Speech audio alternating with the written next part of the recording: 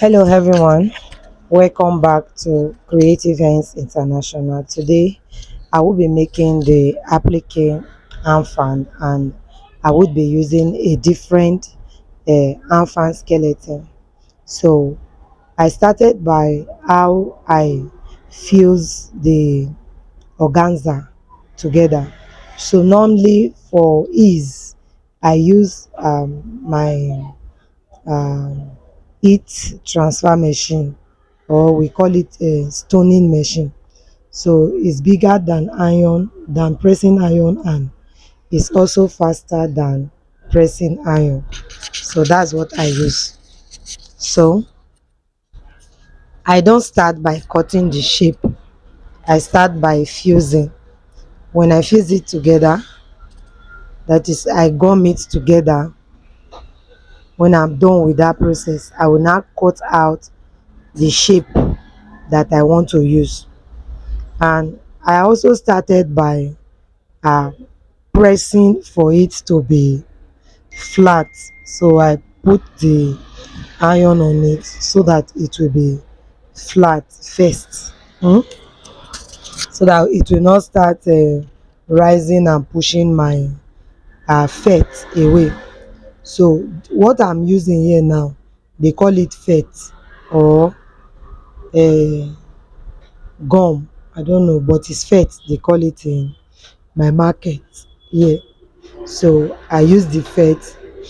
This fat comes in different sizes. The one that is wide is quite expensive, so me, I don't bother to go for that one. If not, we have the one that comes in, I think, about 3 or 4, 3 to 5 years in a roll, and they say that one is 9,000. It's too expensive. It will make your work so expensive. So I just use this one. I'm going to achieve the same result, just that it's going to take my time. All right. So I the heat transfer machine does the job very fast and perfectly, compared to when you try to use iron. But that does not mean that if a you do not have the heat transfer machine, that you cannot do the job. You can use your pressing iron, just that it's going to take much time for you to do. So what I did was that I fused two together at first, that is two layers of organza. But normally if I use two layers of organza, I have the feelings that it's too light, it's too soft. So I don't like using two layers of organza. I prefer to use at least three layers. Three layers will be firm and strong enough. So I use three layers of organza instead. So what I mean is that I started by fusing the first two.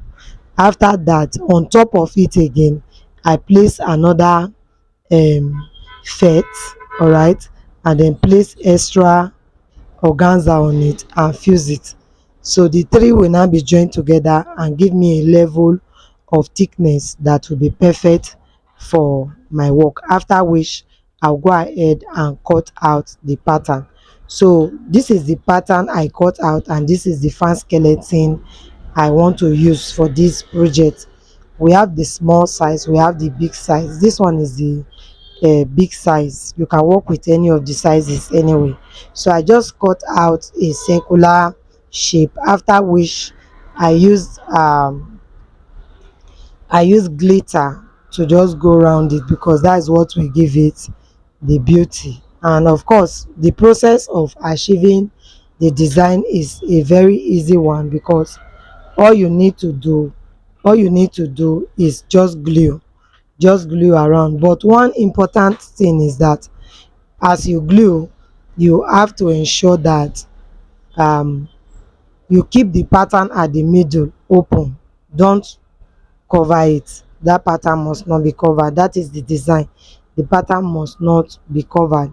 And then another thing is that while you are gluing, ensure that you lap the circle, lap it, as in let one climb the other one at a certain space, So one should climb the other, one should climb the other.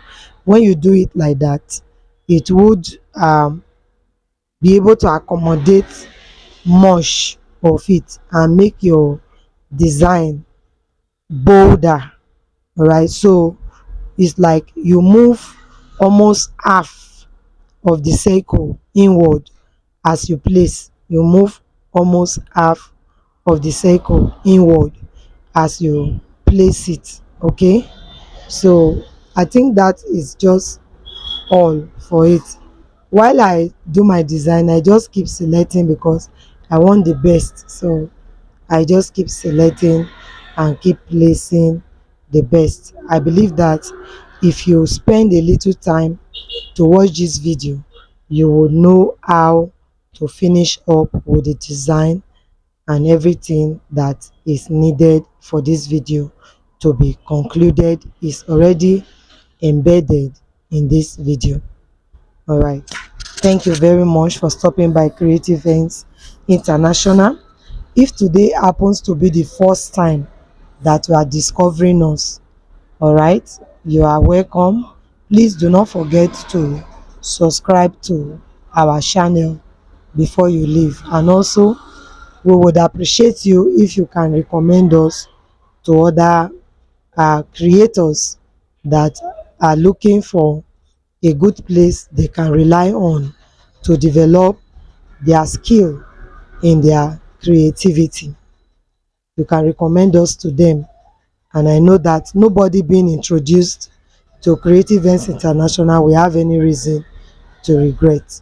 All right, so please kindly watch this video to the very end, and then if also you have questions, I'll be willing to take your questions as well. All right, bye.